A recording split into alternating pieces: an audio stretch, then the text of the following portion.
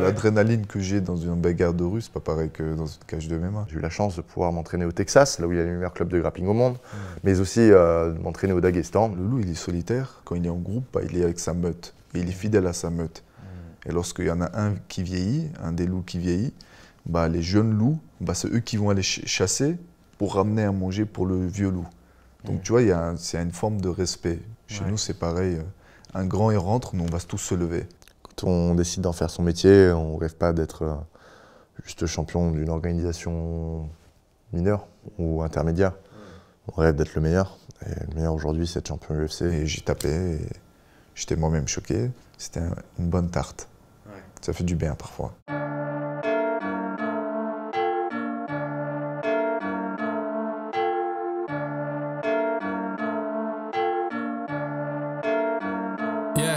Feel like John Morant, need a triple-double, told him check the stats, yeah I got a couple, I don't drop the ball, now I never fumble, I'm the MVP, now I feel like Russell, feel like John Morant, need a triple-double, told him check the stats, yeah I got a couple, I don't drop the ball, now I never fumble, I'm the MVP, now I feel like Russell, yeah I need it now, told him on the lay, I've been moving dog, yeah I'm on the way. I don't hear the talk, don't care what they say. I don't got no patience, I can't ever wait. I've been trying to get it, running up all these digits, and I've been in the gym. I've been up doing minutes, I just put in that work. Told them it's strictly business, and I see through the face. They all just burning bridges. Feel like John Morant, need a triple-double. Told them check the stats, yeah I got a couple. I don't drop the ball, now I never fumble. I'm the MVP, now I feel like Russell. Si tu es un gangster, forcément, tu veux Winamax. Et pour ça, il y a Winamax qui double ton premier dépôt jusqu'à 100 € et t'offre 10 € supplémentaires avec le code promo GONG10. Tu as tout en description, y compris le lien affilié. Par contre, tu joues toujours avec modération. Et pour les mineurs, c'est verboten, ce qui veut dire en bon français, dégage ta race. Salut les gangsters. Pour ce podcast, j'accueille Axel Solar et Ramzan Jambiev.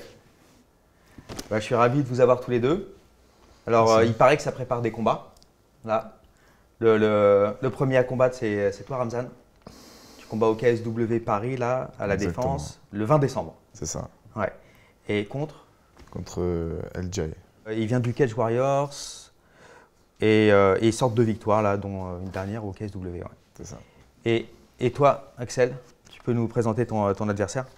J'ai pas d'adversaire validé question encore. piège. J'ai pas encore d'adversaire Ouais. validé, alors il est plus probable que ce soit Magomed Guiri, soit Riles Oudelan. Ouais. Mais ces derniers viennent de combattre à l'ARES de Marseille, donc à voir si ils sont prêts à retourner assez rapidement en camp pour le combat, pour combattre à l'ARES 28 à Nice le 18 janvier. Mais je suis sûr, si aucun de ces adversaires n'est en mesure de se préparer de par les contraintes temporelles, je suis sûr que l'ARES me trouvera un adversaire de qualité. Ouais. Alors, c'est le 18 janvier et c'est le premier ARES sur Nice. Hein. C'est ça. C'est ça, C'est ouais. le premier événement de MMA, on va dire, majeur à Nice. Ouais. C'est-à-dire qu'on a déjà eu un événement qui correspondait plus à un niveau de début pro, de 0 à 3-4 combats professionnels. D'accord. Et donc là, en fait, ça se voit surtout par la salle dans laquelle ça va se réaliser, c'est-à-dire que c'était réalisé dans un gymnase, le seul événement de MMA à Nice qui a eu lieu. Là, ça va être dans une plus grande salle, une salle de spectacle. C'est quelle contenance la salle? Je pense que c'est entre 4 et 5 000 spectateurs, D'accord. un peu comme à Marseille. En tout cas, c'est la plus grosse salle de spectacle disponible à Nice. Ouais. Après le stade de foot, bien sûr, avant le stade de foot. C'est encore un niveau supérieur, mais ça, c'est pas pour de suite. Et c'est pour une ceinture? Je vais défendre ma ceinture, oui. Ouais. Donc, troisième défense, c'est-à-dire que si je gagne le combat à venir, la ceinture sera enfin à moi, parce qu'il faut la défendre 3 fois pour qu'elle t'appartienne. Et je pourrai enfin l'exposer au club, donc au Boxing Squad, au nouveau Boxing Squad qui va ouvrir. Ah d'accord. Ah oui, l'année prochaine. d'accord. Pour l'instant, c'est un prêt en fait. Mais Ah c'est là. une règle ARES ça parce que. Oui, c'est une règle ARES. D'accord. Ouais. Donc là, imaginons que je perds et que je garde la ceinture, j'ai une amende de 2 500 €, tu vois. Donc, Ah oui. ah oui. Il faut que je la ramène. Donc à chaque fois, je dois la ramener et je suis pas sûr de repartir avec, tu vois. Donc là, si je gagne la prochaine, je pourrais enfin l'afficher au club et ce sera une fierté de pouvoir l'afficher et peut-être inspirer des jeunes combattants en train d'évoluer dans ce sport. C'est cool ça. Alors, tu es venu sur Paris C'est ça. pour la prépa de monsieur. Alors Ramzan, il y a eu une petite période où il était à Nice, et Ouais. j'ai tourné avec lui et j'ai vraiment apprécié tourner avec lui. Il a vraiment des qualités qui lui sont propres, hein. J'aime bien le qualifier de gymnaste, en rigolant, mais je rigole à moitié quand je le dis, parce que gymnaste dans le sens où c'est quelqu'un qui… Gymnaste tchétchène quand même. Donc, Et ça existe, ça existe. Ça existe, la preuve en est. Et c'est un combattant qui est vraiment très habile, vraiment très coordonné, qui trouve toujours ses appuis, qui trouve toujours un moyen de créer du mouvement, quelle que soit la situation du scramble, tu vois. Et donc super intéressant. Et puis en plus de ça, je vais pas faire de détails au cas où son adversaire il voit l'épisode avant le combat, mais ouais, c'est un combattant qui a été assez unique et toujours un plaisir de m'entraîner avec lui. Ouais. Pareil pour moi. Ouais. Et alors la première rencontre, ça se passe comment? La première fois où tu vois Axel, Je connaissais un petit peu Axel auparavant, avec des combats amateurs qu'il faisait. Et comme j'étais à Nice, il y a beaucoup de Tchétchènes là-bas. Et on m'a beaucoup parlé de Axel et de Boxing Squad. Et je suis allé là-bas, j'ai vu Axel. J'avais vu aussi Virgile. Mais physiquement, il n'était pas comme ça. Ouais. Il était un peu plus serré. Un peu plus serré. Ouais. Bon, là, je reviens du Daghestan. Donc, Pourquoi t'es à combien là? là, pour être honnête, là, je ne sais pas du tout parce que je ne me suis pas pesé de la semaine. J'ai commencé à diète Attention, j'ai cette une semaine. balance. Hein. Donc, Mais je suis arrivé début de semaine, j'étais pas loin des 87. Ouais. Parce que T'es un gros cutter, toi, déjà, de base, en non? fait, si je me prends l'avance, c'est facile. Je perds 3 kilos d'eau et tu vois, c'est tranquille. Parce D'accord. qu'avec ma diète, j'arrive tranquillement à 78 kilos. La dernière semaine, 78-77. Ouais. Je descends entre 4 et 5 kilos la dernière semaine. Je perds en mangeant, hein. Je te dis, sans souffrir. Hein. Ah ouais? Ouais, en mangeant 2500-3000 calories, j'arrive maintenant à perdre 4-5 kilos. Il m'a fallu, là par contre, j'ai souffert pour apprendre à gérer mon corps comme ça. Parce qu'on ne savait pas vraiment faire, parce que je suis quand même un gros 70, hein, il faut le dire. Ouais. Et on ne savait pas vraiment faire au Boxing Squad au début. Maintenant, ça commence à être bien carré, les protocoles. Et voilà, et après, je perds entre 3 et 4 kilos d'eau. Et ça, c'est quand je lui prends l'avance. Quand je lui prends un peu en retard, c'est un peu plus difficile. D'accord. Mais bon, si les choses sont faites en temps et en heure, ça va. Donc là, le problème, c'est que je ne me suis pas tenu. J'ai fait la Val-Dru quand j'étais dans le Caucase. Ouais. Et donc, j'ai beaucoup mangé, j'ai vraiment kiffé la vie. Ouais. Mais bon, maintenant, il faut descendre le poids. Donc ça devrait descendre assez rapidement. Mais là, je ne sais pas comment je suis. Ouais. J'ai commencé la diète réellement cette semaine. Et voilà. Donc pour toi, le cutting, ce n'est pas une souffrance? Parce que pour la plupart des combattants, Ramzan, toi, tu as déjà eu des problèmes de cutting, non? C'est un des trucs les plus durs. Ou alors, il faut être super méthodique, en fait. En fait, faut, comme disait Axel, il faut être méthodique. Il faut attaquer ça à l'avance, pas en dernier moment. Tu vois. Mais après, moi, je n'avais pas de réel diététicien qui pourrait m'expliquer comment il fallait. Des fois, je pouvais, à un mois du combat, je pouvais commencer à manger 1700 calories, alors que j'étais déjà dans le mal, alors que j'aurais pu changer ma stratégie, etc. Mais là, pour le moment, je descends, je suis tranquille. Là, tu es à combien? 77 à peu près. Tu es à 77? Ouais. C'est un combat quoi, en 70? 70, ouais. D'accord. Parce que sur Sherdog, il t'est carrément donné pour un welter. Welter, c'est-à-dire un poids welterweight 77 kg. Ah ouais. Et ce qui est bizarre, c'est que tu es indiqué welter et c'est mis 73 ton poids. C'est bizarre. C'est peut-être. Le catchweight, ton dernier combat c'était en catch, c'est ça? C'est ça, catchweight. C'est ça. Ouais. Parce que mon adversaire, il ne pouvait pas faire le poids. Et comme ils m'ont fait 4 changements de combat, ils m'ont changé 4 combattants. Le dernier, il était à 1 semaine et demie de mon combat. Ils m'ont dit, Ramzan, il veut faire catchweight, est-ce que tu acceptes? Sinon, tu ne pourras pas combattre. Ok, vas-y. Ça nous arrange.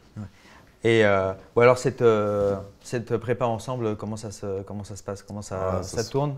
Ça se passe très bien. Moi, je sais que j'ai toujours besoin d'une personne qui est fort physiquement. Et Axel, il a ces qualités-là, surtout la lutte. Il a une très bonne défense de lutte et surtout une bonne attaque de lutte. S'il veut t'amener au sol, il t'amène. C'est pour ça, moi, je l'appelle le tank.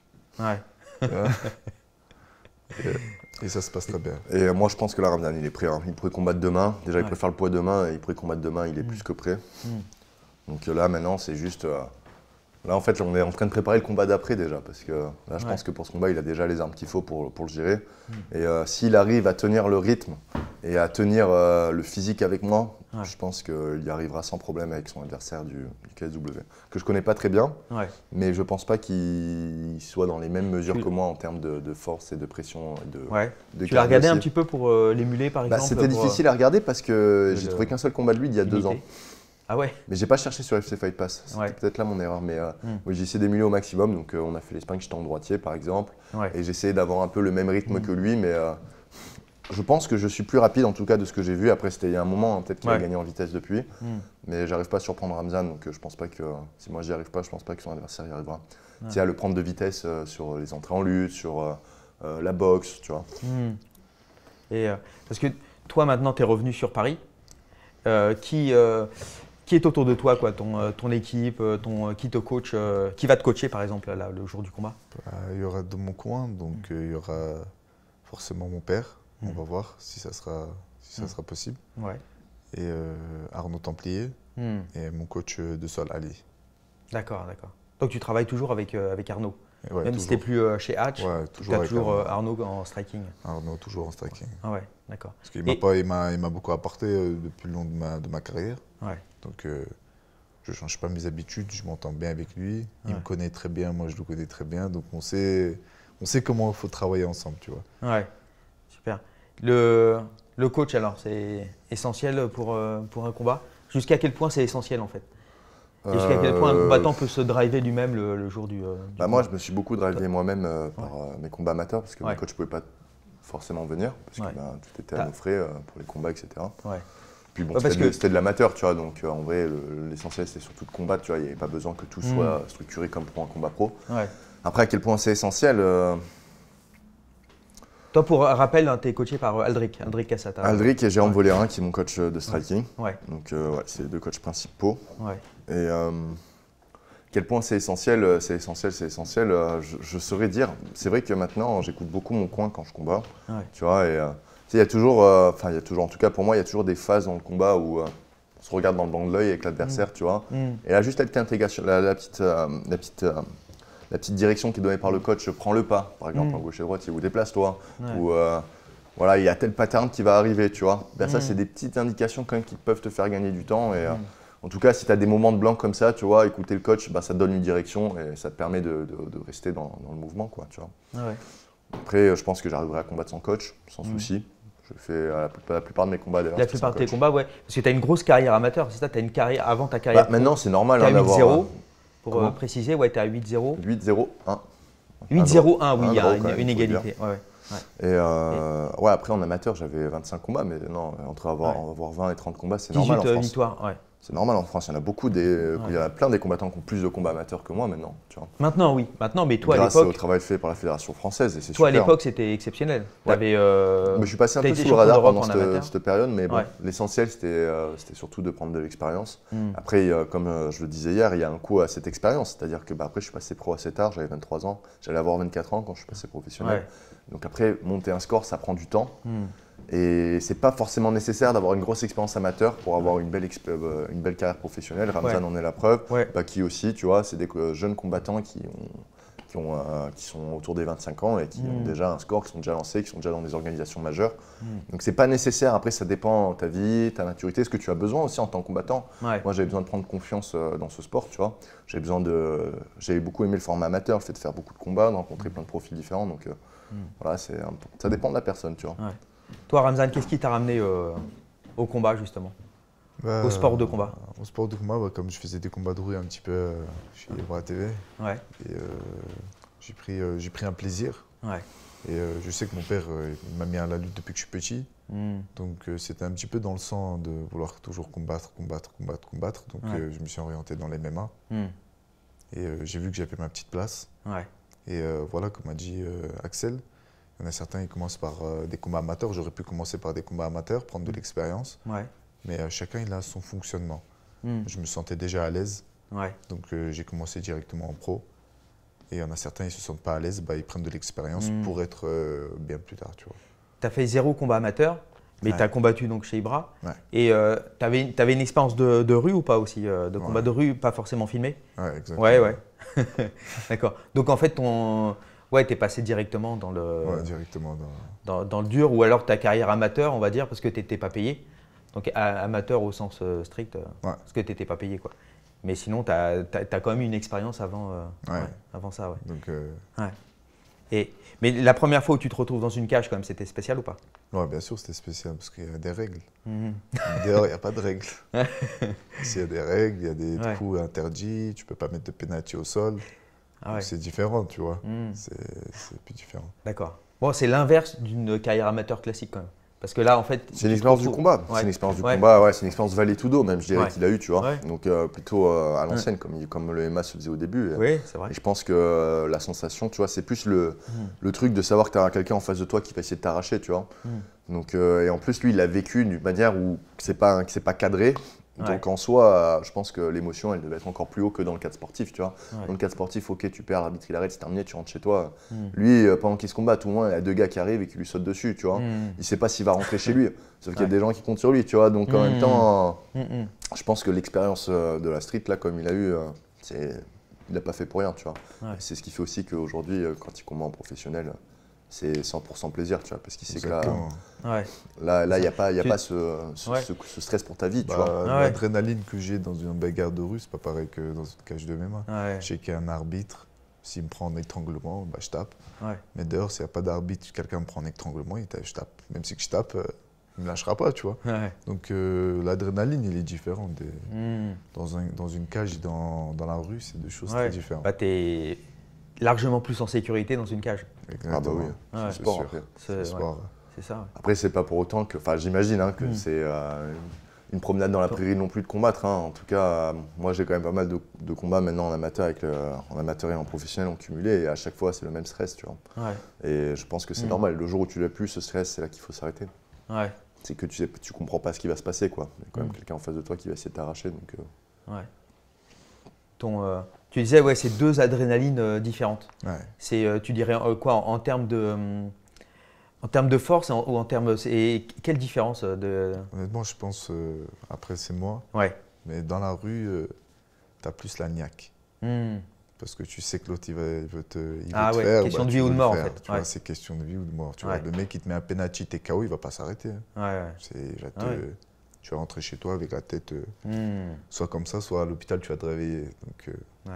Donc si tu te la donnes, tu te donnes à 100%. Tu vois. Hmm. Et dans un combat, tu peux gérer. Tu Ouais. gardes distance, jab, attaque de jambe, amener au sol. Ouais.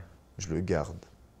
Tu vois, D'accord. technique Ah ouais. par technique. Tu peux plus rationaliser dans un combat. Enfin, tu peux Et dans plus, une bagarre de rue, il n'y a pas de Ouais. je prends de la distance, pas dans un- Ouais. jab, ou, tu vois, Ouais, ça ouais. s'envoie. Ouais, dans tous les sens. Ouais.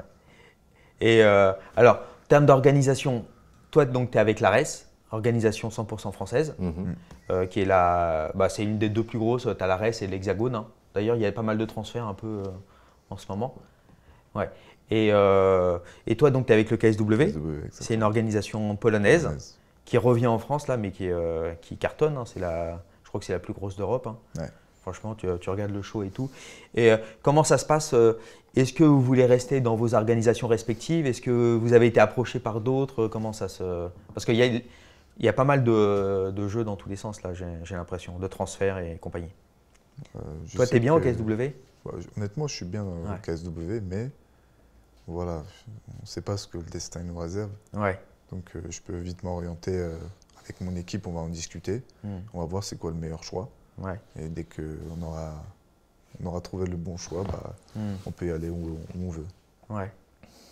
Et toi, Axel Moi, j'aimerais aller à l'UFC. Hein. Tu sais, quand Ouais. j'ai commencé ce sport, c'est l'UFC qui me faisait rêver quand j'avais 15-16 ans et qui me donnait envie de continuer dans cette voie. Ouais. Donc, bien sûr que j'aimerais y aller. Après, vouloir y aller, c'est une chose et y aller, c'en est une autre. Il y a beaucoup de 70 à l'UFC. Ils sont 90 dans le rooster. Donc, il faut gagner sa place et des fois, même quand tu la mérites, ils ne t'appellent pas forcément. Donc, l'objectif pour moi, c'est de rester actif parce que la vraie course, ce n'est pas d'aller dans une organisation majeure. C'est surtout d'avoir un niveau hors norme, d'être vraiment… de vraiment se démarquer des autres combattants de ta catégorie poids. Et je pense que si tu arrives à ce stade-là, d'une manière ou d'une autre, tu vas avoir les retours que tu mérites. Donc la course, c'est vraiment la progression. Et donc et être actif aussi le plus possible parce que ce que j'ai pu remarquer dans ma carrière professionnelle, c'est quand tu combats que tu passes des steps à tous les niveaux, tu vois, que ce soit sportivement ou extra-sportivement. Donc tu vois que vis-à-vis des sponsors ou des opportunités d'entraînement avec les gens et tout, tu vois, c'est quand tu fais tes combats que ça avance. Donc, il faut rester actif. Et puis aussi, je pense que c'est quand tu combats que tu progresses le plus. Je pense que ça te fait gagner du temps, donc être actif. Et puis en fait, j'aime ça aussi. Donc, faire des vrais combats, parce que l'entraînement, c'est une chose, et le combat, c'en est une autre. Tu vois. Et c'est pas le même feeling, et c'est pas le même. C'est pas pareil. La simulation, et quand c'est pour de vrai, c'est pas pareil. Et moi, ce que j'aime, c'est quand c'est pour de vrai. Donc, être actif et puis le reste suivre. Ouais. Ramzan, toi, tu sors d'une défaite là, par clé de bras. À quoi tu attribues cette défaite? Elle arrive assez rapidement dans le combat. Comment ton ressenti par rapport à ça et comment tu as travaillé dessus après? Honnêtement, c'était. Après, c'est sûr, c'était amer. Hein. Le matin, je me suis réveillé. Donc, en fait, ce qui était le plus amer, c'est que le jour du combat, on m'avait prévenu et j'étais trop à l'aise. Comme il a dit Axel tout à l'heure, quand tu n'as pas de stress, c'est là qu'il faut se poser des questions. J'avais pas du tout de stress. J'avais pas du tout de pression, rien. Je me suis dit, ça va être un combat comme les autres. C'est bon, j'ai enchaîné des victoires, c'est simple. Donc je suis allé un peu le nez vers le haut. Et voilà, je suis parti et je me suis fait prendre en clé de bras. Je me suis dit, je pense pas qu'il a assez de force pour me le faire. Et j'ai fait une erreur quand j'ai vu qu'il commençait à tendre le bras, je me suis mis debout. Alors que je fais jamais cette erreur-là, ni à mes entraînements, ni personne ne m'a passé un clé de bras, même en entraînement. Et qu'il fallait faire le contraire, qu'il fallait appuyer. Mais sur un coup de panique, je me suis relevé, donc j'ai tendu le bras. Et le bras il commençait à vouloir péter. Donc j'ai préféré taper sans prendre de risque. Et j'ai tapé. Et j'étais moi-même choqué. Après, je me suis remis comment de ça. La vérité, c'était une bonne tarte. Ça fait du bien parfois. Ça fait réfléchir. Tu rentres chez toi, tu te dis voilà, tu as sous-estimé, tu l'as payé le prix. Maintenant, reconcentre-toi. Sois le même Ramzan que tu as été depuis le premier combat de KSW et ton premier combat de produit MMA. Quand je rentre, je suis vigilant de tout, A à Z. En lutte, au sol, debout, être vigilant. Il ne faut pas se mettre à l'aise et de se dire il va me rien faire. C'est à ce moment-là que tout peut se passer, tu vois. Donc ça m'a donné une bonne leçon. Et maintenant, j'apprends de mes erreurs. Et c'est ça la vie, c'est un sport. Hein. Le sport, c'est comme ça. Des fois, il y a des jours, ça va. Des fois, il y a des entraînements, quand on s'entraîne, tu es en forme. Il y a des entraînements, tu continues pendant un moment de t'entraîner et à un moment, tu ne te sens pas en forme. Tu es en train de te cogiter dans la tête en te disant mais pourquoi je ne suis pas en forme? Je m'entraîne 2 fois par jour. Des fois, tu as le corps qui se fatigue. C'est comme ça, c'est le sport. On gagne, on perd. Le plus important, c'est qu'on fait le maximum, tu vois. On fait les causes. Et vous avez appris à vous connaître un peu plus comme ça en vous entraînant l'un et l'autre À vrai dire, je pense que c'est cette semaine où on apprend un peu plus à se connaître parce que jusqu'à présent, chaque fois qu'on se voyait, c'était pour se taper dessus. Donc c'est une bonne manière de se connaître. Au moins, c'est franc comme rapport. C'est-à-dire que la discussion tourne un peu en rond. Quand on se voit pour ça, au bout d'un moment, on a fait le tour de la personne. Mais bon, c'est bagarre, c'est une chose. Mais il n'y a pas que ça dans la vie non plus. Tu vois, il y a tout à côté. Et par exemple, Ramzan m'a expliqué un peu son parcours de vie et je le trouve très intéressant, tu vois. J'ai découvert des choses chez lui, notamment par sa passion pour les animaux. Je le vois bien, il est passionné des animaux, mais d'où le surnom. Donc il te taillera si ça t'intéresse, mais c'est une personne intéressante au-delà du combat, tu vois. Si tu veux savoir une personne plus intéressante, c'est lui. Moi, je suis intéressant dans des petits trucs. Mais Axel, j'avais découvert des choses. Même mon manager, il était choqué. Il y avait des trucs. Je ne savais pas. Moi, même en truc de doctorat, il gère tout ce qui est kiné. Mais il connaît, tu vois. Il n'a pas le doctorat, mais il connaît bien. Il maîtrise des sujets incroyables, tu vois. C'est rare, tu vois ça dans des combattants d'MMA qui connaissent quelque chose en dehors de l'MMA. Il y en a certains, ils sont tellement matrixés, comme moi un petit peu, qui ne connaissent pas grand-chose, tu vois. Mais Axel, il a une bonne science, il a des bonnes visions, surtout la mentalité d'Axel, j'aime bien, parce qu'il est un peu comme chez nous, caucasien, tu vois. Ça se voit que c'est une personne dure, les émotions, il les garde sur lui, et voilà quoi. Après, chacun a son truc. Et alors toi, les animaux, c'est quoi? Et pourquoi le loup noir? Je voulais devenir soigneur animalier à un moment, j'étais en formation. Et comme dans ma carrière, j'avais propulsé, j'ai dû abandonner tout ça. Et voilà, avec Axel, tout à l'heure, on avait parlé, peut-être je vais peut-être recontinuer en dehors du MMA aussi un petit peu les études que je faisais. Ouais. Et voilà quoi. Ouais, d'accord. Et loup noir, pourquoi loup noir? C'est arrivé comment ça? Ah, c'est mon père qui m'a appelé loup noir. Parce que dans ma famille, j'ai 6 frères et 5 sœurs. Ouais. Et je suis l'aîné de la famille. Et comme mes frères ils sont tous roux, je suis le seul qui a les cheveux un peu bruns. Ah ouais? Donc les autres, c'est des loups qui sont roux, mais moi je suis le loup noir. Ah d'accord. Par rapport à la meute familiale. Exactement. Le loup, c'est un animal emblématique pour la Tchétchénie. Exactement. Ouais, ouais. Tu vois? Ouais. C'est un animal emblématique. Jusqu'à quel point c'est. Qu'est-ce que ça représente le loup en fait? Le loup, il est solitaire. Et surtout, quand il est seul, il est solitaire. Quand il est en groupe, il est avec sa meute. Et il est fidèle à sa meute. Et lorsqu'il y en a un qui vieillit, un des loups qui vieillit, les jeunes loups, c'est eux qui vont aller chasser pour ramener à manger pour le vieux loup. Donc tu vois, c'est une forme de respect. Tu vois ce que je veux dire? Chez nous, c'est pareil. Un grand, il rentre, nous, on va tous se lever. Ouais. C'est important chez nous. C'est un signe de respect envers un grand. On a nos trucs de culture et c'est pour ça que le loup, c'est devenu carrément un symbole dans notre drapeau tchétchène. Il y a un loup. Ouais. Et quelque chose vous a surpris chez l'un ou chez l'autre sur le… Moi, je l'ai déjà détaillé tout à l'heure. Hein. Ouais. C'est un gymnaste donc très agile, très coordonné sur les changements de rythme.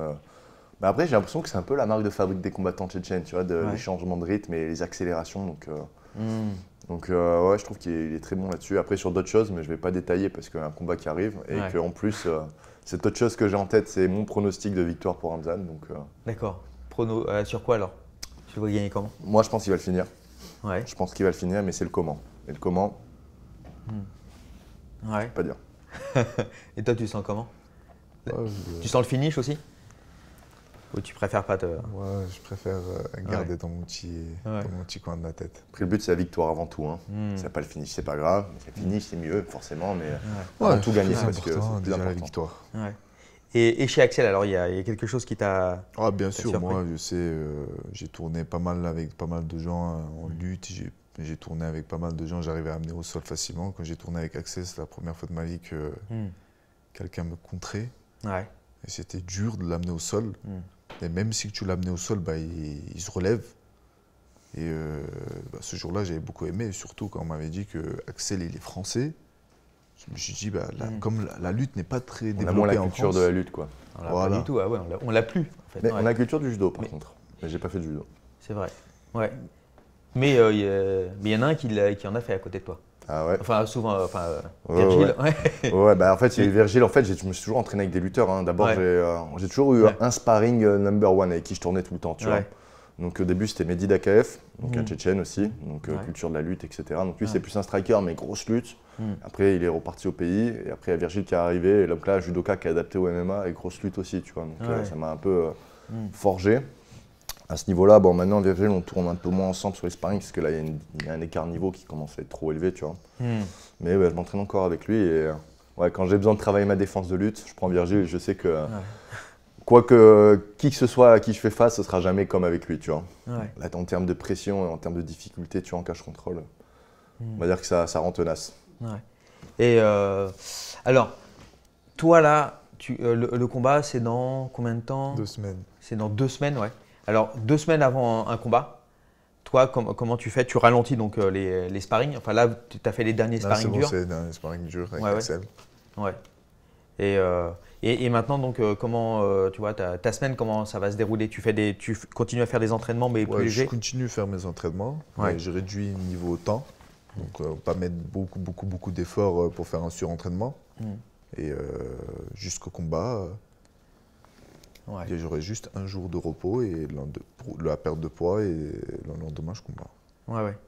D'accord. Les entraînements, ça continue jusqu'au bout. Ouais. Et alors, mais là, le combat, il est en moins de 70. T'as pas combattu en moins de 66 à un moment? Si. Si, on est d'accord, hein, c'est ça. Dans la catégorie, c'était moins de 66. Ouais, c'est ça. Et du coup, t'es 70 maintenant? Pour le moment, je suis. Pour le moment, pour mon insuffisance rénale, donc je n'ai pas envie de reprendre des risques pour le 66. Donc je vais rester sur mes 70, mais plus tard, on va voir ce que l'avenir me réserve. Si je peux descendre en 66, mais en faisant des diètes à l'avance, être bien entouré, etc. Là, je suis très bien entouré. Donc c'est pour ça que le poids, Axel aussi m'a expliqué aussi, comme il gère. Et il est diététicien aussi en cachette. Et comme, voilà, si je me prends tout à l'avance et que je fais des choses correctes, bah, tout est possible. Ouais. D'accord. Mais à voir, avec mon état de santé. Après, c'est pas parce que tu peux le faire qu'il faut le faire. Ouais, C'est deux choses différentes. Dan Toi, Hooker peut descendre à exactement. 66, mais c'est pas là qu'il sera le meilleur. Ce sera plutôt à 70 qui fera ses meilleurs combats. Tu vois. Ouais. Donc après aussi, ça dépend de tes adversaires, ça dépend d'où tu en es dans ta carrière. Et puis, il y a des 70 qui sont pas des gros 70 et qui ont beaucoup de succès, hein, qui sont dans les top 5 UFC, tu vois. Je pense, je sais pas le classement exact de Gamrot par exemple, mais je pense pas que ce soit un gros 70 lui. Pourtant, il gère de ouf. Hein. Ouais. Tsarukyan, bon maintenant il commence à être assez gros Tsarukyan, mais je pense que lui à la base c'était pas un gros 70, tu vois. Dans son premier combat avec Makhachev, tu vois, clairement Makhachev c'est plus mon physique et Tsarukyan c'est plus un physique en dessous, tu vois, en termes de gabarit. Et pourtant il a tenu, tu vois. Et là il va combattre pour la ceinture, donc le poids ça fait pas tout, tu vois. Être gros dans sa caté, ça peut être un plus, mais ça peut aussi être en fait il y a un prix à payer à ça. Et ce prix à payer, des fois ça vaut pas le coup de le payer, tu vois. Ouais. Donc, Et en fait, on supporte plus ou moins bien le cutting aussi. Est-ce que c'est qu'une question de méthode ou il y a aussi une question forcément physique? c'est sûr que tu peux optimiser la méthode au maximum et forcément ce sera moins difficile. Après,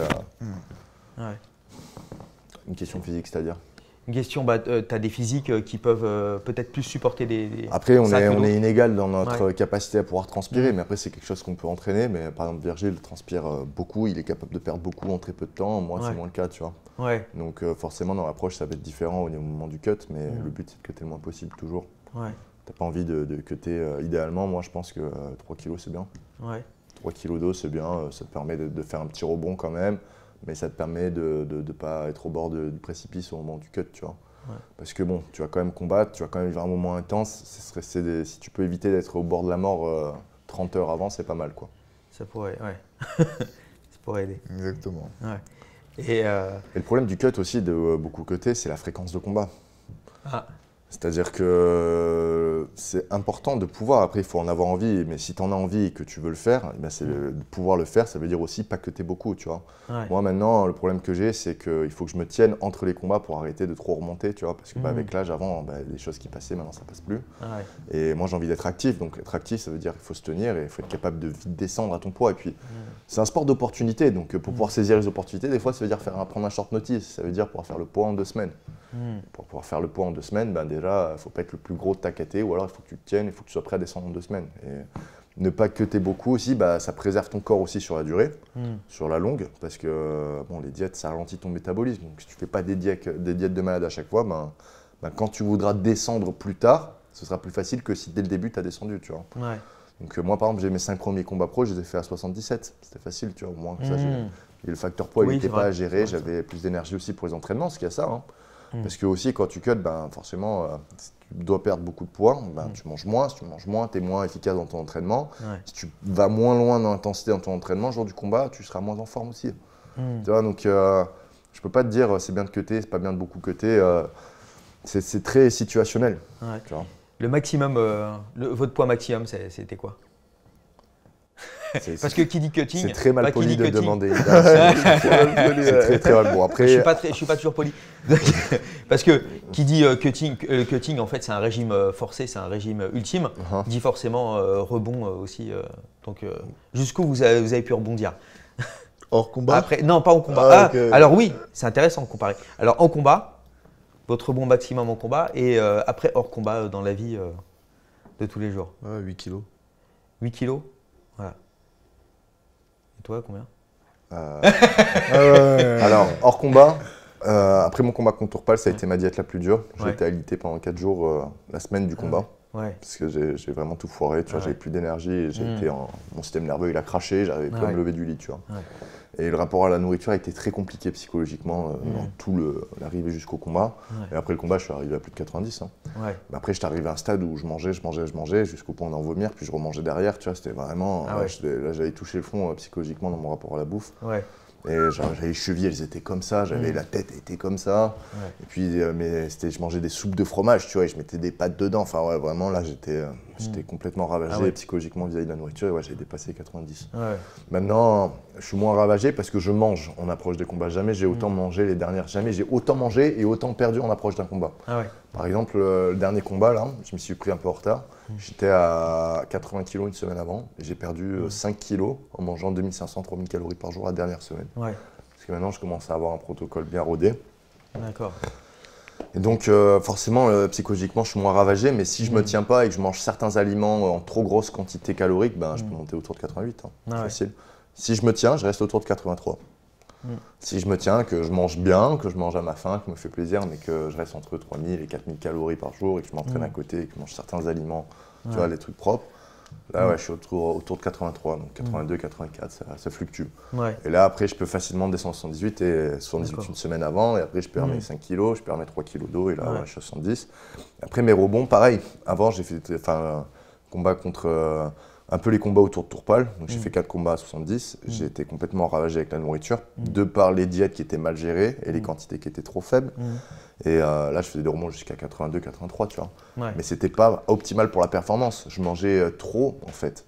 Je mangeais trop, je mangeais tellement que j'en perdais mes abdos. Et encore, mon dernier combat, j'ai pas d'abdos parce que je mange trop dans la période post-pesée, tu vois. Et en fait, je me sens pas bien. Mon premier combat à l'ARES, Baris Sadi Güzel, que peut-être maintenant tu connais, qui a remporté la ceinture hexagone en 61 kg. Il était dans mon coin et j'avais des troubles digestifs terribles juste avant le combat et ça se sentait. Ça se sentait quoi. Et lui il était derrière moi et je l'ai gazé quoi, mais c'est bien. Mais tu vois, t'es dans un état où en fait t'as tellement le bide gonflé qu'un petit coup comme ça, en fait ça te... tu vois ce que je veux dire? Tellement les organes ils sont inflammés. Donc maintenant là l'objectif c'est de manger moins dans les recharges. Et en général, ouais, mes rebonds j'ai fait à 80-81. Ouais. Donc je fais des beaux rebonds quand même. D'accord. Avec le temps, ça se met en place. Ouais. Et c'est ça.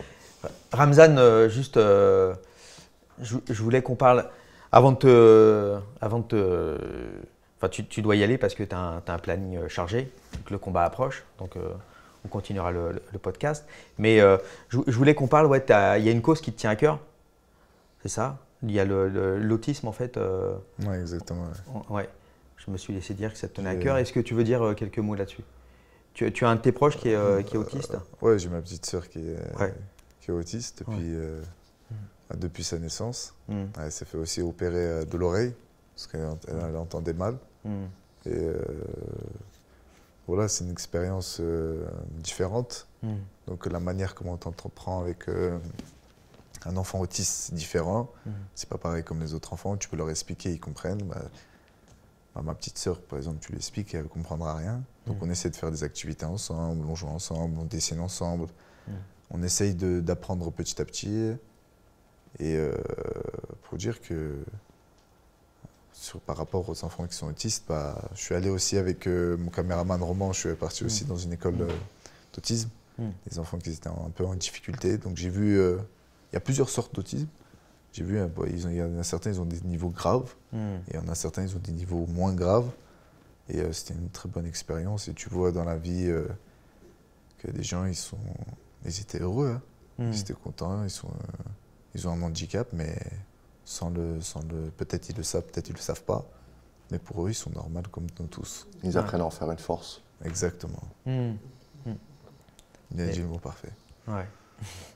Bah écoute, je te remercie. Tu soutiens, il y a une association que tu soutiens ou il y avait, tu voulais dire un mot là-dessus? Ouais, l'association que je soutiens, j'ai oublié le nom.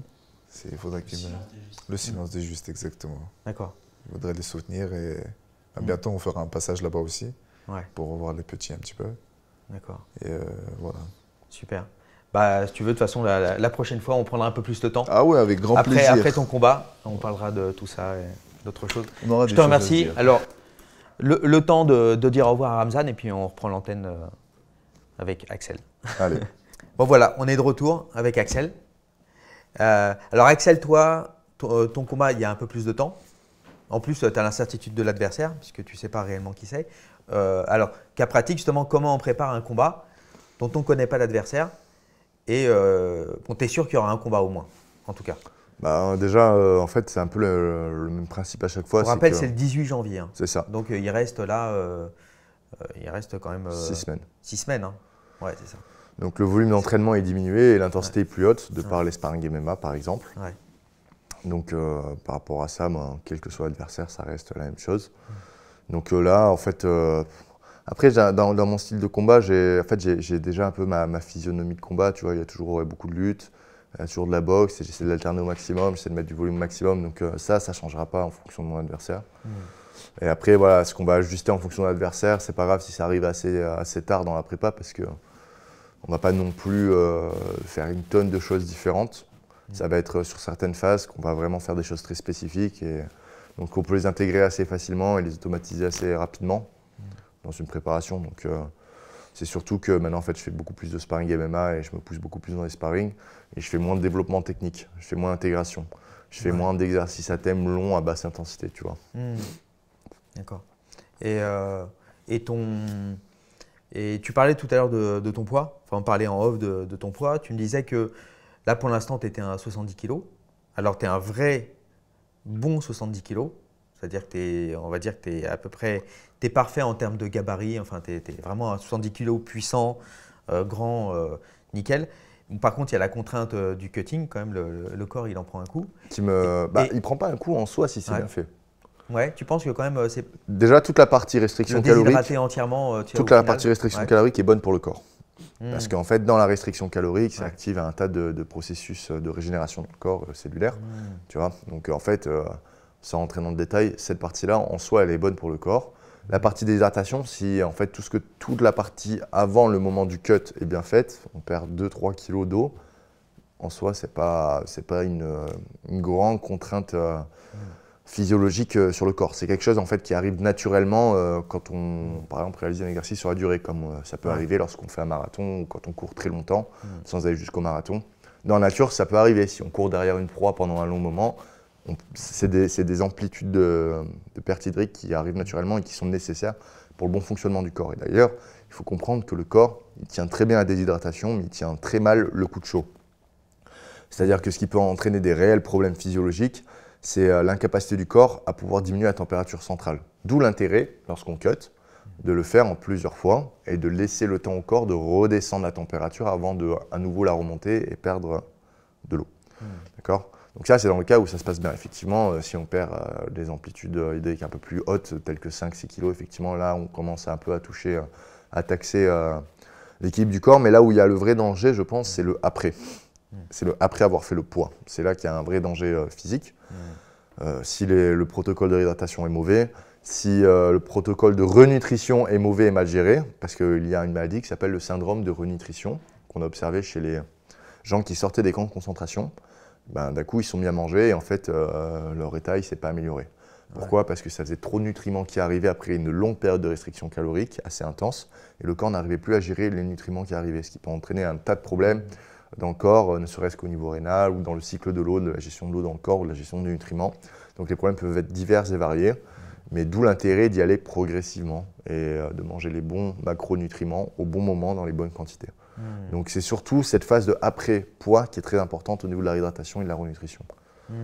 Donc après le gros problème, je pense pour moi aujourd'hui de descendre à 70, c'est que malgré tout ça reste un processus, que j'ai du mal à être carré sur la nourriture dans les phases où je peux manger. Je mange trop. Je mange trop et je ne mange pas forcément les bons aliments dans les bonnes quantités, mais c'est surtout un problème de quantité. Ce qui fait qu'à chaque fois, ça prend du temps de redescendre. Et le fait que ça prenne du temps, combattre 3 fois par an, c'est je pense, un maximum pour moi aujourd'hui. Enfin, je pourrais faire plus, mais il faut aussi laisser le temps au corps de remonter le métabolisme. Parce que le problème d'enchaîner les diètes, c'est que le métabolisme ralentit, le métabolisme basal. Étant la consommation principale de calories dans la journée, donc le métabolisme basal, c'est la quantité de calories que l'on consomme dans une journée pour pouvoir réaliser nos activités de base, à savoir respirer, lire, marcher, écrire, tout ça. Donc ça, c'est la plus grosse de la dépense calorique. Ensuite, il y a le sport. Donc voilà, l'ensemble de ces calories, c'est la dépense calorique totale de la journée. Et en fait, cette dépense calorique basale, elle diminue avec les diètes parce que le corps perçoit la restriction calorique et afin de se préserver et de favoriser la survie, il va diminuer cette activité, cette activité cellulaire dans le corps et pour faire des réserves, quoi, pour économiser l'énergie dépensée et mieux tenir la période. Et en fait, remonter ce métabolisme, c'est aujourd'hui en nutrition quelque chose que j'ai besoin de comprendre. Je le comprends partiellement, mais je ne le maîtrise pas. Parce que 2 personnes du même poids, de la même taille, peuvent avoir des métabolismes de base très différents. Peut-être que moi, aujourd'hui, mon métabolisme de base est autour de 2000 calories. C'est à peu près la moyenne pour ce qu'on retrouve en moyenne pour des gens de ma taille et mon poids. Mais peut-être qu'une autre personne de la même taille… Tu mesures combien ? 1m85, Ouais. quelqu'un de la même taille et du même poids, eh bien peut-être que lui, il sera à 4000, 5000 calories de base, c'est possible. Ouais. Donc ça veut dire que cette personne-là, en fait, pour une des pertes de poids, ça va être beaucoup plus simple. Il aura quand même une quantité de nourriture qui sera plus grande pour descendre vis-à-vis de ce qui est nécessaire pour perdre 500 grammes par semaine, à savoir un déficit de 3500 calories par semaine, Ouais. plus ou moins. D'accord. Et Et toi, donc la fréquence de combat, c'est le problème, quoi. Donc du Ouais. coup, j'ai besoin de ce temps et ce temps-là fait que je ne peux pas être aussi actif que je le souhaiterais. Et comme je l'ai dit précédemment, plus on combat, plus on est actif, plus c'est là qu'on avance. En fait, c'est à chaque fois qu'on combat qu'on passe un step dans notre carrière, surtout si on fait une belle performance. Et donc plus on combat, plus on a de chances de faire de belles performances, forcément. Ouais. Donc ça, c'est la partie poids. Après, de la fréquence de combat, il y a une autre problématique que je peux détailler si tu le souhaites. Bien sûr, ouais. C'est-à-dire que comme je l'expliquais en off, je pense, c'est qu'il y a deux phases dans l'entraînement. Il y a la phase où on a un combat et la phase où on n'a pas de combat. Et cette phase, elle est même détaillée par le laboratoire du UFC qui explique quelles sont les différences. Mais moi, de mon expérience en tant que combattant, la différence entre ces deux phases, c'est que quand un combat est prévu, arrive, eh bien là, il n'est plus le temps d'apprendre de nouvelles choses. Certes, on va en apprendre dans le processus, mais l'objectif est de renforcer, d'automatiser, d'augmenter la vitesse, la force et l'endurance de ce qu'on sait déjà faire dans les différentes phases du sport. Donc on renforce les acquis. Quand on n'a pas de combat prévu, l'objectif, en tout cas selon moi, et c'est ma manière d'appréhender l'entraînement, l'objectif est d'augmenter le potentiel de progression, la marge de progression qu'on peut avoir dans le sport par l'apprentissage de nouvelles techniques. La capacité à gérer différemment des positions, différentes positions. Donc c'est là qu'on s'enrichit. Et si on n'a pas de temps sans de combat prévu, le temps alloué au développement technico-tactique est plus faible. Et le fait qu'il soit plus faible, ça peut être une limitation dans la progression d'un athlète. Ouais. Par exemple, j'ai eu la chance de pouvoir m'entraîner au Texas, là où il y a les meilleurs clubs de grappling au monde, mais aussi de m'entraîner au Daghestan, donc où il y a sûrement les meilleurs combattants au monde, dans le Caucase de manière générale. Et j'y suis allé pour une durée de 1 mois. J'y suis allé dans une phase où je n'avais pas de combat. Et donc en 1 mois, on apprend un certain nombre de choses, mais on ne change pas vraiment sa manière de combattre. On n'augmente pas tant que ça son niveau. On est juste plus éveillé sur certaines choses parce que ce sont des endroits où les gens sont très spécialisés sur certains aspects du sport. Et du coup, ça nous montre, ça fait contraste avec ce qu'on sait faire sur ces aspects-là. Et donc, forcément, on voit qu'il y a des choses à apprendre. Mais en 1 mois, en fait, c'est trop court pour vraiment changer son jeu. Et si après ce mois qui est passé, on doit de nouveau rentrer en camp d'entraînement, on n'a plus le temps de, je sais pas moi, de prendre la quart de monte et de travailler à fond la quart de monte ou de travailler la sortie de monte à fond. Parce que en fait, ça va pas être des positions qui vont être déterminantes de la réussite et du succès dans le combat qui arrive. Ouais. Donc, si on ne prend pas ce temps de développement et d'intégrer de nouvelles choses, eh bien, notre marge de progression reste limitée dans l'absolu. Donc, c'est aussi la deuxième raison de pourquoi il faut combattre rapidement ou pas rapidement en fonction de la personne. Mais encore une fois, c'est très situationnel à l'athlète et au contexte. Et donc, pour combattre plus souvent, il faudrait que tu recombattes en 77 kg. Ce que tu as fait au début de ta carrière. Mais 77 kg, c'est un poids que je peux faire en 1 semaine. Une semaine, 10 jours, c'est vraiment, je ne me suis pas tenu, mais c'est quelque chose que je peux faire assez facilement. Et de par mes voyages, mais j'ai eu l'occasion d'entraîner avec des vrais 77 qui font le même processus que moi pour 70. Et mon niveau technique ne me permet pas de combler la différence physique marquante que je ressens quand je tourne avec ces combattants. Et donc du coup, c'est un dilemme. En fait, toi, la catégorie parfaite pour toi, ce serait une catégorie intermédiaire. 74. Ça. Je ne serai pas le plus gros, ça c'est sûr, mais je ne serai pas non plus, je pense que je ne sentirai pas un désavantage comme je peux sentir avec un gros 77. Après, tous les 77 ou tous les 70 ne sont pas des gros 70 ou des gros 77. Donc après aussi, en fonction du combattant, on peut peut-être se dire, ok, pour ce combattant-là, eh bien, je combattrai une catégorie au-dessus. Et c'est un gain de temps et d'énergie pour la prépa aussi, vis-à-vis de la gestion du poids. Et le Texas, alors, raconte-nous un peu où tu es allé exactement, dans quel… J'ai eu la chance de pouvoir… j'ai fait les 2 meilleurs clubs de la zone, à Austin. Je me suis entraîné chez Danaher et chez B-Team. Donc des approches relativement différentes. On va dire que B-Team, en fait, la salle est beaucoup plus grande. Donc selon le côté du tatami, tu as les très forts à gauche, tu as les moyens à droite, tu as les moyens au milieu et tu as les débutants à droite. Danaher, c'est plus en petit comité, c'est pas une salle ouverte au grand public, c'est seulement réservé aux professionnels. Donc, il y a des très très bons combattants. Donc là, Alors professionnel, grappleur comme Grappleur. MMA. Non, d'accord. que grappleur. Que grappleur. Alors après, de temps en temps, il y a des invités ou des gens qui viennent du MMA, tels que moi. J'ai eu D'accord. l'occasion de pouvoir me retrouver là, mais je ne suis pas un grappleur. Mais la plupart des personnes sur tatami sont des grappleurs professionnels. Ouais.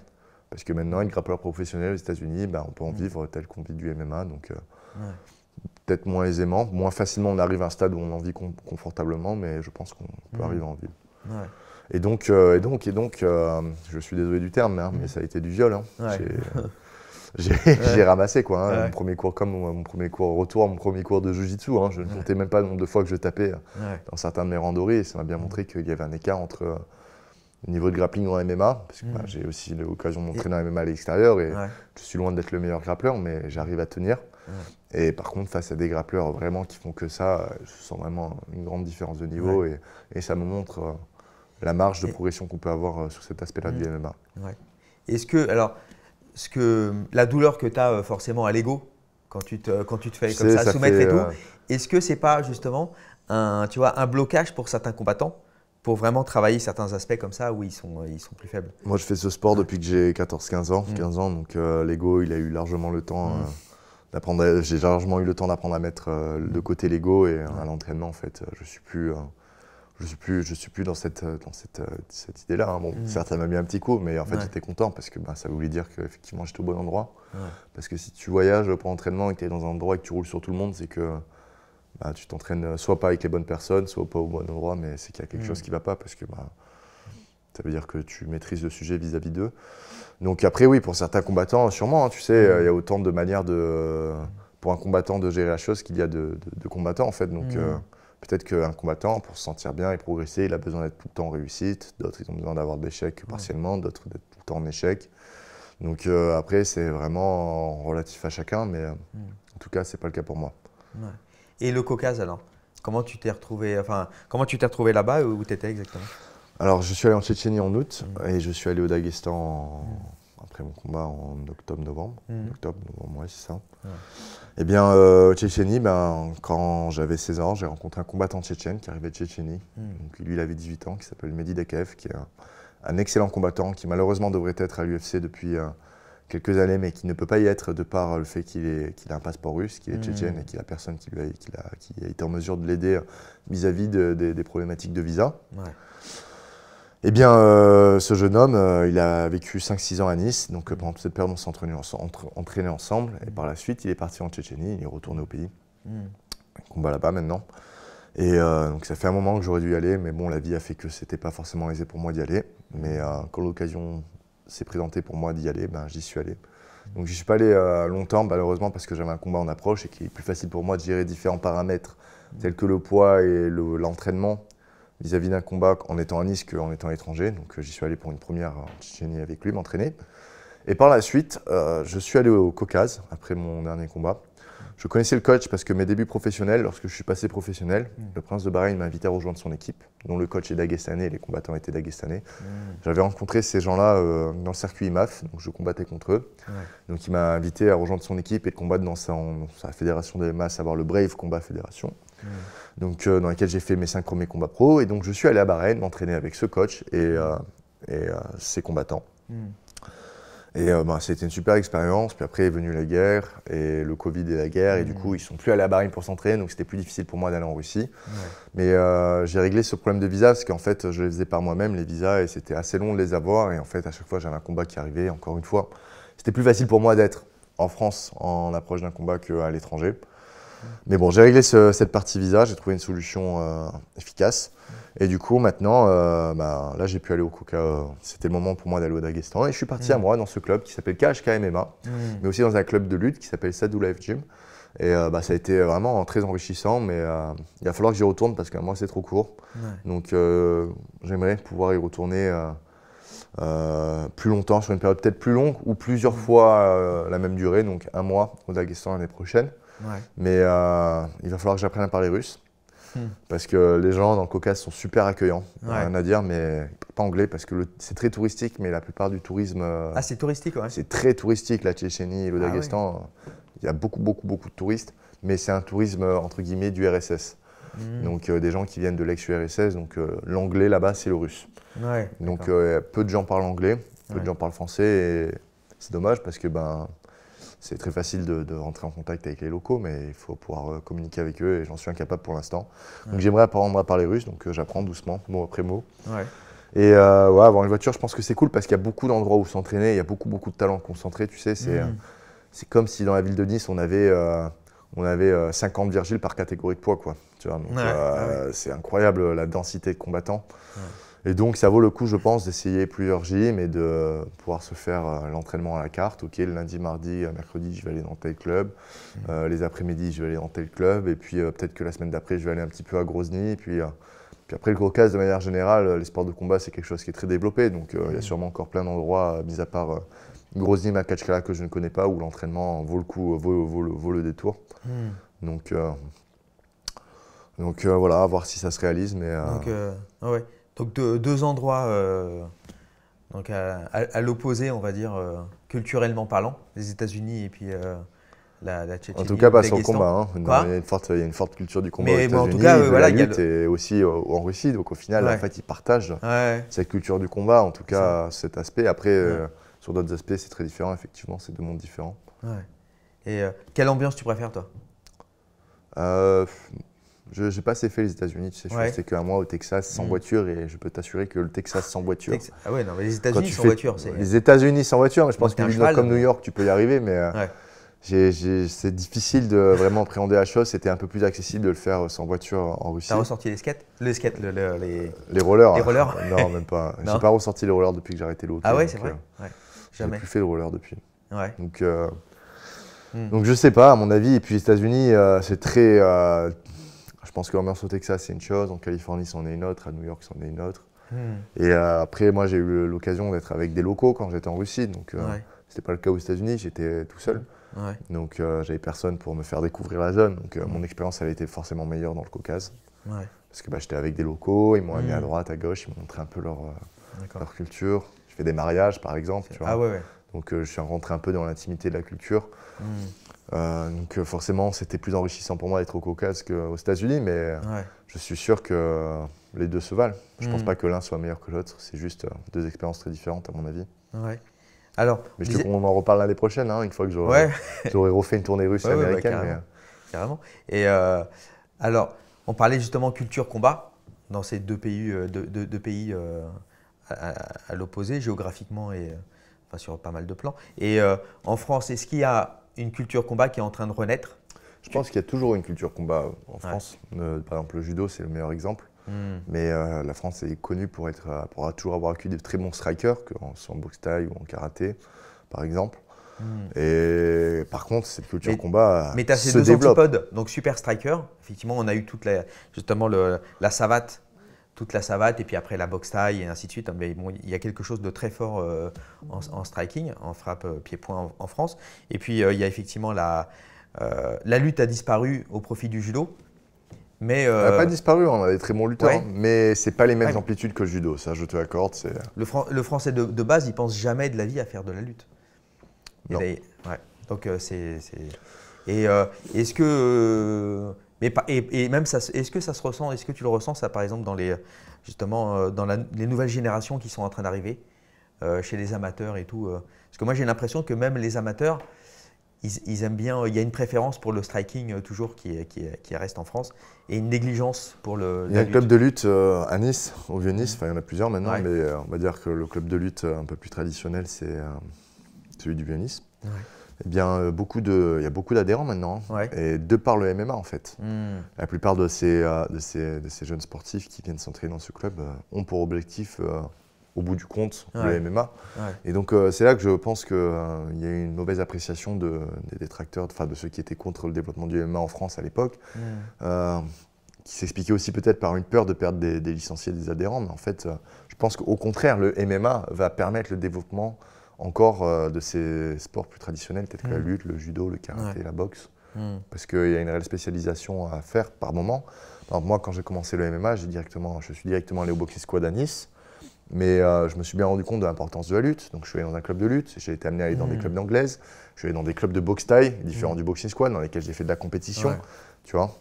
Donc il en va sans dire que le grappling et le jiu-jitsu brésilien bénéficient énormément du développement du MMA. Donc, et comme je pense qu'on avait ce rapport au combat qui était très fort, qui a toujours été très fort en France, qui est historiquement, qui est historique. Et bon, mon niveau en histoire du sport n'est pas assez élaboré pour que je puisse expliquer pourquoi du comment. On a cette culture du combat en France, mais je pense qu'on l'a toujours eu.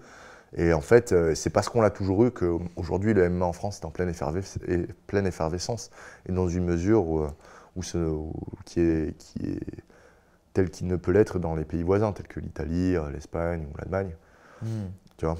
Ouais. Donc, il y avait tous les ingrédients pour que ça prenne, et là, ça y est, ça Tu t'attendais, toi, justement, à cette explosion-là Pas du tout. boom Pas du tout. Ouais. Tu sais, moi, quand j'étais amateur, je n'existais pas. Quand j'ai fait mes 5 premiers combats pro, je n'existais pas non plus sur la scène française du MMA. Alors, ceux qui regardaient un peu plus assidûment, et peut-être qu'ils avaient eu connaissance vent de mon existence, mais je n'existais pas. Et puis, est venue la légalisation, et toutes ces fédérations en France qui se sont ouvertes, amateurs et... Enfin, la fédération de MMA, mais les fédérations privées, amateurs et professionnelles aussi qui se sont développées. Et d'un coup, j'ai vu que ça a pris. Et c'est aussi ça qui m'a motivé à venir combattre en France, à la RES. Parce que quoi de mieux de combattre devant un public de ton pays et qui s'intéresse à ce sport, quoi. Oui, toi, tu as fait 2 organisations. Hein. Donc le Brave, dont tu parlais tout à l'heure, et donc la RES maintenant. Voilà, c'est ça. Et à comparer les deux, comment tu te… Alors, la RES, tu es en France, donc forcément, c'est plus pratique pour des tonnes de choses. Mais comment tu comparerais les deux en termes de, je sais pas, de public, d'ambiance, de… Alors, c'est deux business models très différents. Hein. Le Brave, si on fait combattre, l'idée c'est de faire combattre des combattants d'un peu partout dans le monde face à un public d'un peu partout dans le monde. Alors qu'à la RES, c'est plutôt de faire des combats de personnes venant de France entre elles, en face d'un public français. Et je ne sais pas si c'est pour ça qu'en termes d'exposition, ça marche mieux la RES que le Brave, mais en tout cas, l'exposition est meilleure à la RES qu'au Brave. Ouais. Après, les pays étaient un peu meilleurs au Brave quand même. Mais le problème, c'est que tu affrontes des adversaires très compliqués et que le niveau de reconnaissance il est faible. Ouais. Alors qu'à la RES, certes, tu affrontes des adversaires compliqués, mais les gens regardent le combat et tu obtiens un peu de reconnaissance. Voilà. Et tu es plus forcément favorisé pour la ceinture. Mais le fait d'exister aussi, forcément, mais le fait d'exister dans ce sport, en fait, c'est important parce que ça veut dire qu'on arrive à en vivre ou pas. Parce que si on arrive à exister, c'est-à-dire qu'il y a l'exposition. S'il y a l'exposition, c'est qu'il y a des gens qui peuvent avoir envie de te soutenir et d'être avec toi dans l'aventure. Ouais. Est-ce que tu as senti un intérêt Je trouve que, alors, ce qui est marrant, c'est qu'il y a une reconnaissance publique. Mais la reconnaissance de la presse, elle n'est pas forcément là, c'est-à-dire qu'il n'y a pas de suivi. Le MMA, c'est en train de devenir un grand sport avec plein d'organisations et puis les plus grands au monde qui veulent venir en France. C'est en train de devenir un carrefour du MMA en fait. Ça, je pense qu'on pouvait voir une explosion, mais ce dont on ne pouvait pas forcément se douter, c'est qu'il y a autant d'organisations françaises et que toutes les organisations, les grosses organisations internationales veuillent organiser en France. Ça, c'est… Mais on a l'impression que la presse, l'intérêt des journalistes ne suit pas. C'est-à-dire qu'ils connaissent toujours aussi peu, ils ne vont pas forcément aux événements. Tu vois, par exemple, pour revenir à la RES, les conférences de presse de la RES ne sont pas si couvertes que ça par la presse, je trouve, alors qu'on devrait voir normalement de la presse mainstream ou alors l'équipe qui devrait suivre les résultats sportifs. Enfin, tu as été… Qu'est-ce que tu penses de ça, toi ? Je pense que c'est en train de se développer encore. Hein. C'est encore très jeune en France et de manière générale, la progression, elle est incroyable d'année en année. Donc, après, je suis sûr que dans 5-10 ans, ce sera, j'espère en tout cas que déjà à ce niveau-là, ce sera encore plus développé, mais il n'y a aucune raison que ça ne le soit pas. Et plus on aura des Français qui performeront à l'international, mais aussi à l'échelle nationale, plus on va avoir cette reconnaissance et ce suivi de la presse. Ouais. Et toi, tout à l'heure, on parlait aussi du style de combat, de la manière. On dit souvent gagner avec la manière. C'est vrai que c'est quoi pour toi gagner avec la manière? Et est-ce que c'est une finalité?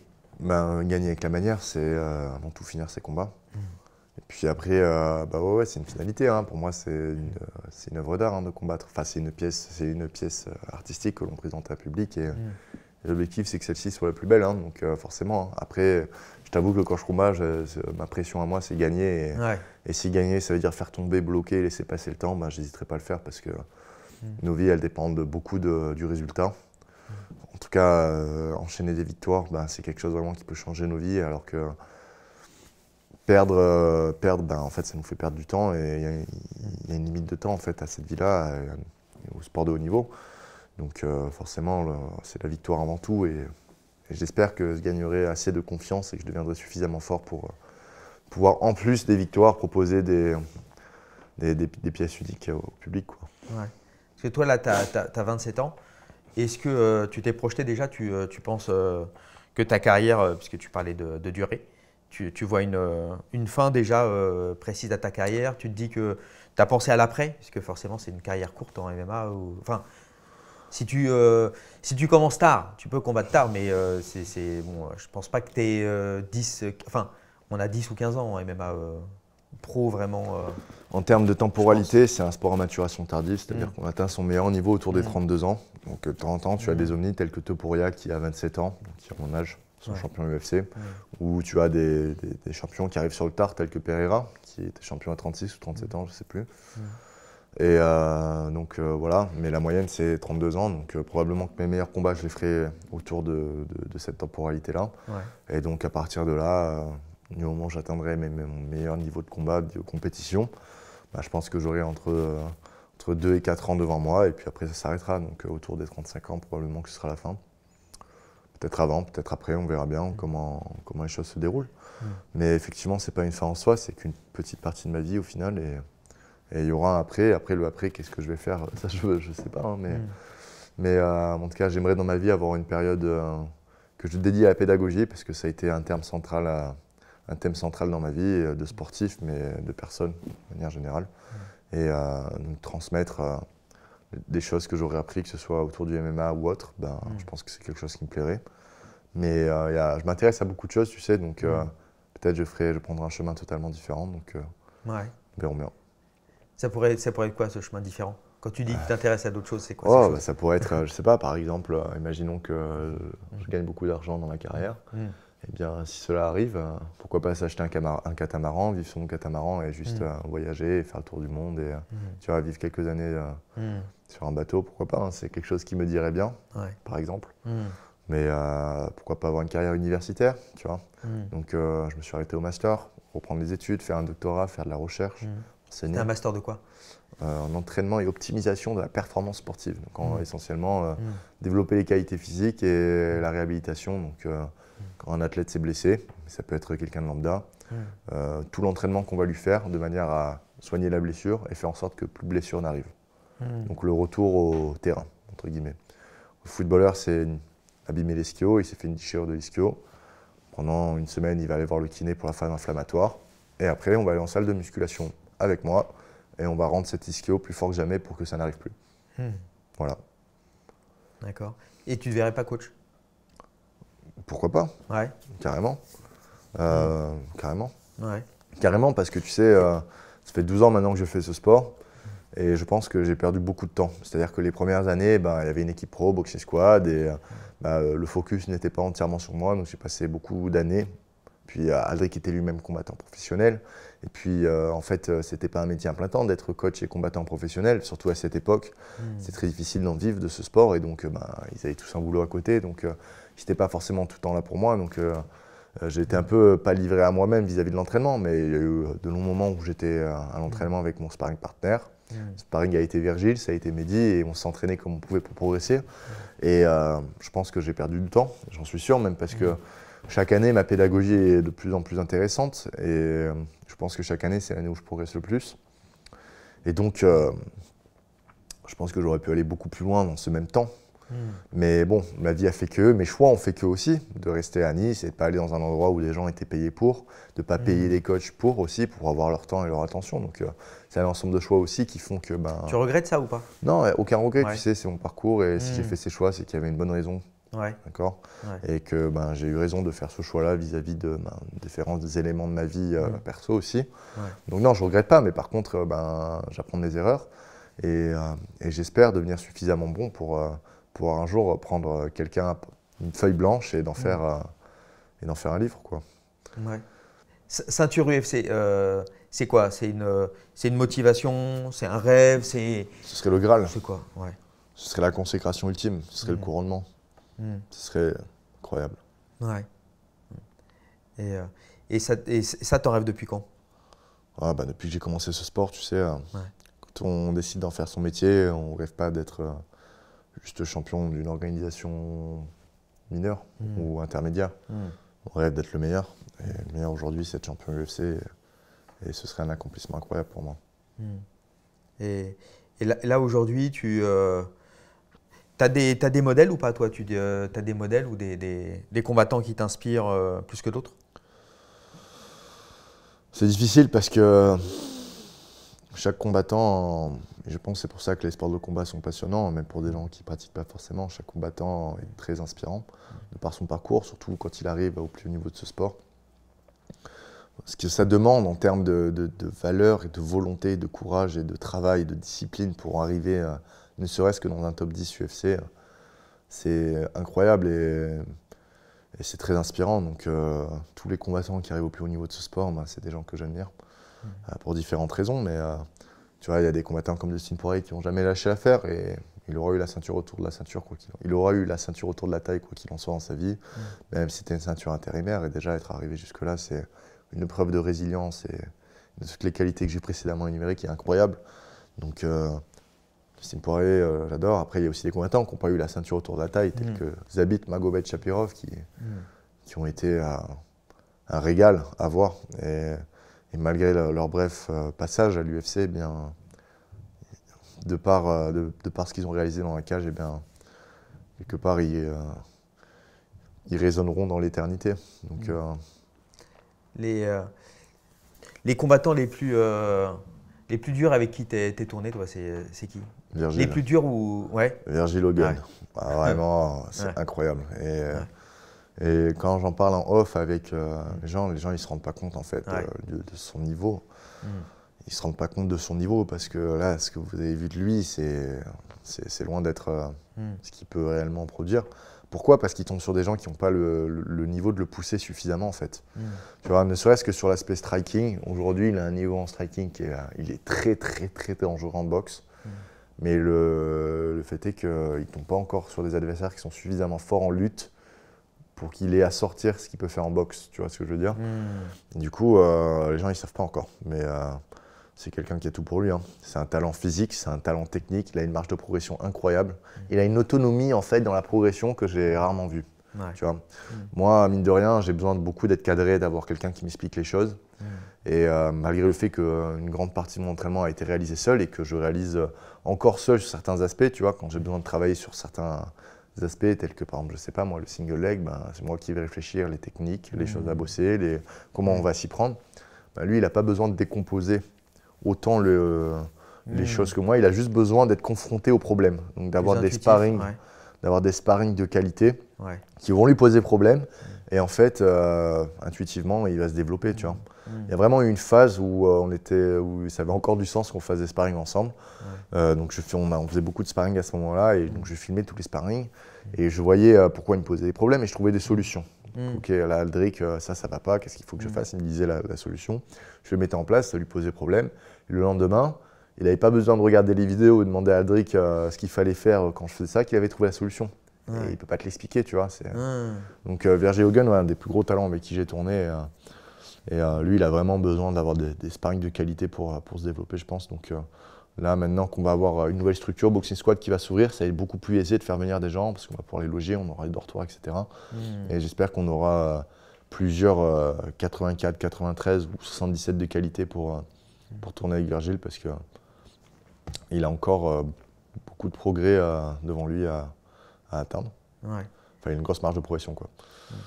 Et alors, là, tout est, tu l'as dit, votre structure et tout est en train de se professionnaliser aujourd'hui.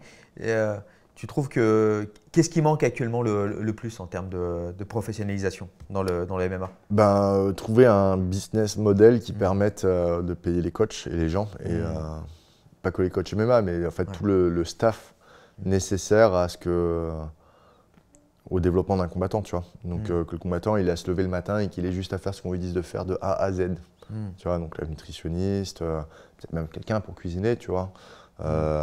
Tout le staff de soins, Donc les kinés, etc., essayer de tout concentrer au même endroit, les structures, pouvoir faire venir les sparring, pouvoir payer les sparring aussi, parce que en fait, quand un sparring il vient, peut-être qu'il travaille à côté en fait, donc peut-être que si tu le payes, il peut venir et rester plus longtemps, tu vois.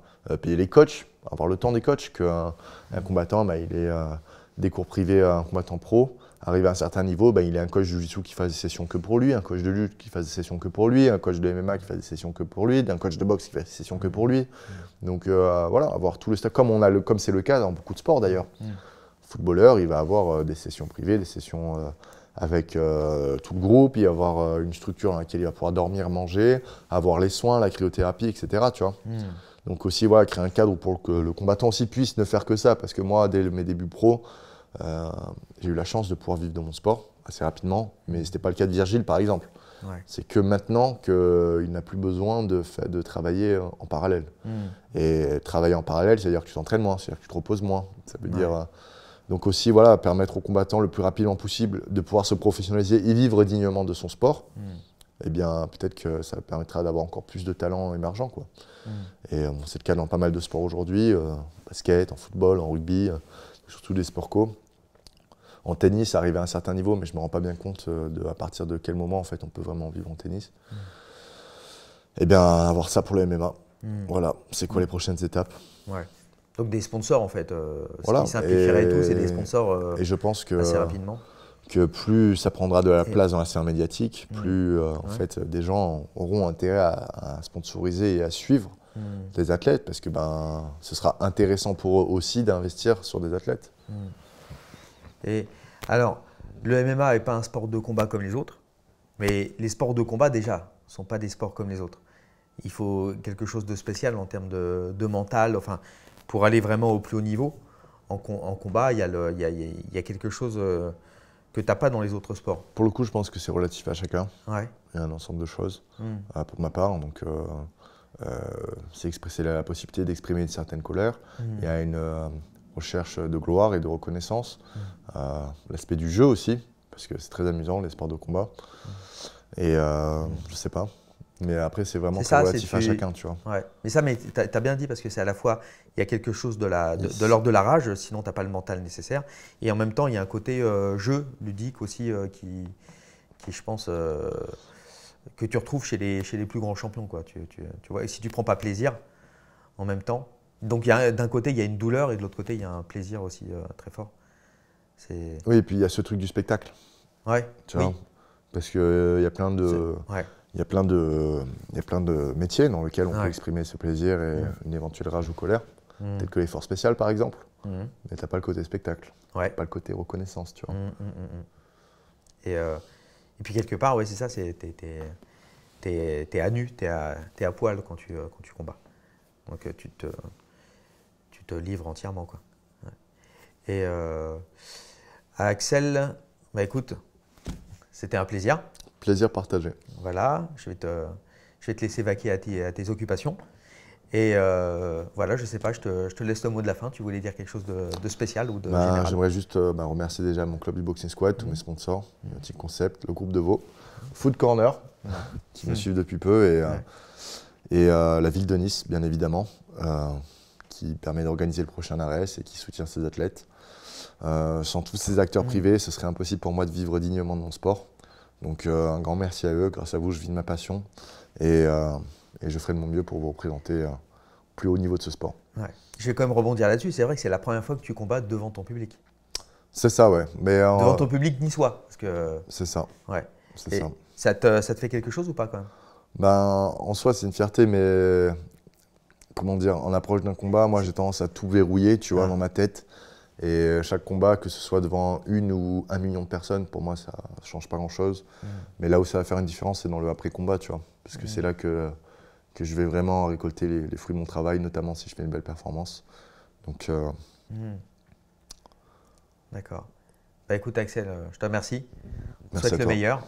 Et puis, à très, très bientôt. Et puis, quant à vous, abonnez-vous, membrez-vous et ciao, bye. Feel like John Moran, need a triple double.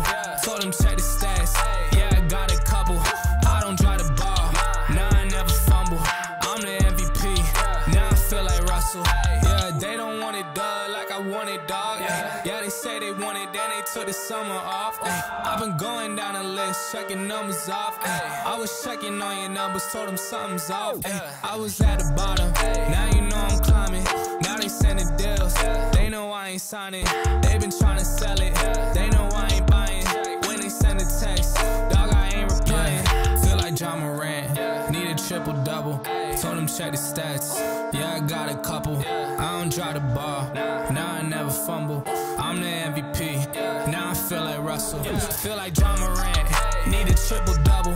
Told him check the stats, yeah, I got a couple. I don't drive the ball, now I never fumble. I'm the MVP, now I feel like Russell.